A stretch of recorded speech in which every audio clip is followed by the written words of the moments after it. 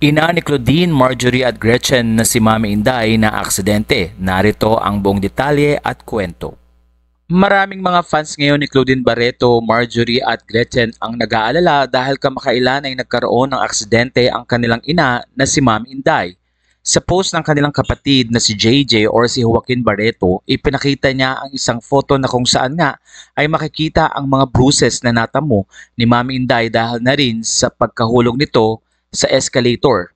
Maraming netizen ang nagtanong at kung ano daw ang nangyari. Tanong ng isang netizen kung ano daw ang nangyari. Nag-reply naman si JJ Barreto at sinabing she fell from the escalator. Dahil dito kailangan magkaroon ng maraming test kay Mami Inday na kung saan nga ay nagstay ito sa St. Luke's ng mahigit isang linggo na. Ilang mga photos din ang binahagi ni JJ na kung saan ay binisita nila ang kanilang ina. At ayon pa sa kanya, kailangan ding magkaroon ng second round of brain test. Nang tanungin muli si JJ Barreto, sinabi nito na merong 4 cracked ribs ang kanyang ina.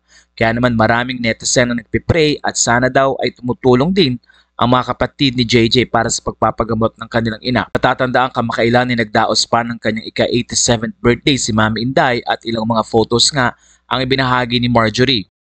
My mom celebrated her 87th birthday last Friday. Yes, 87. If you zoom in on her photo, you wouldn't believe how young and beautiful she looks at her age.